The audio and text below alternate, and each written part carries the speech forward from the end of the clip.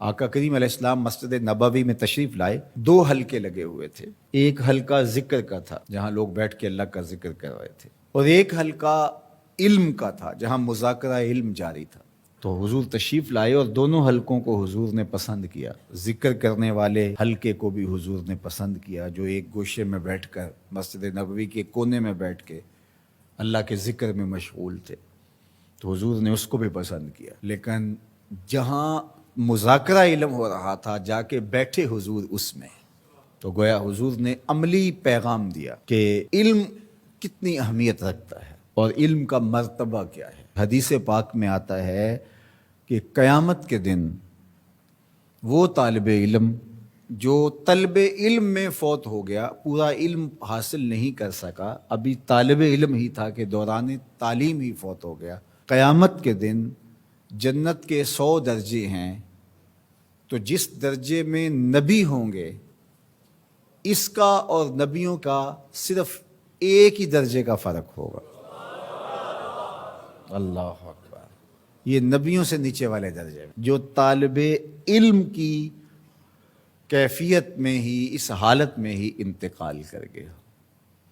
اور پھر یہ تو وہ ہے کہ جس نے ابھی طلب علم کرتے ہوئے انتقال کیا، اور جس نے تحصیل علم کرنے کے بعد اپنی زندگی کو پھر آگے علم بانٹنے میں لگا دیا، تو پھر بتائیے اللہ نے اس کے لیے کتنے درجے رکھے ہوئے ہوں، اس کا کیا مقام رکھا ہوگا۔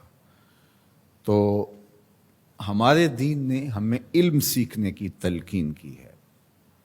افضل کون ہے، اشرف کون ہے، تم میں سے بہتر کون ہے؟ تو حضور علیہ السلام کا فرمان سن لیجئے، خیرکم من تعلم القرآن وعلمہ۔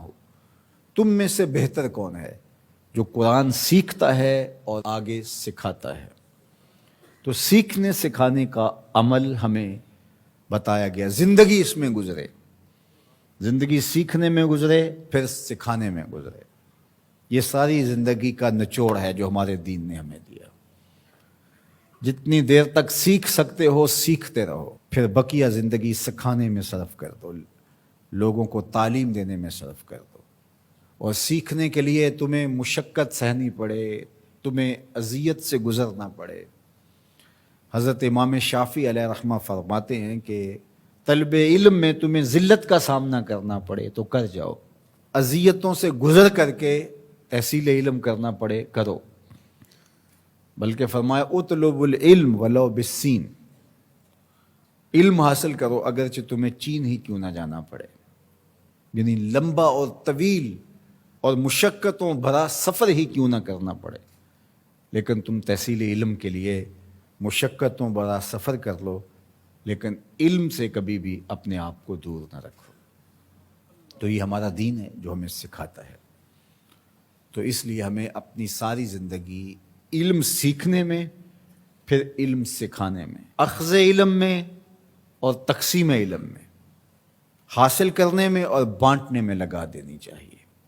یہ سب سے افضل عمل ہے اس امت کے لیے، سب سے اشرف اور سب سے اعلیٰ و ارفع کام ہے اس امت کا، اور سب سے اچھا وظیفہ اس امت کا یہی ہے کہ وہ طلب علم میں لگا رہے اور علم بانٹتا رہے۔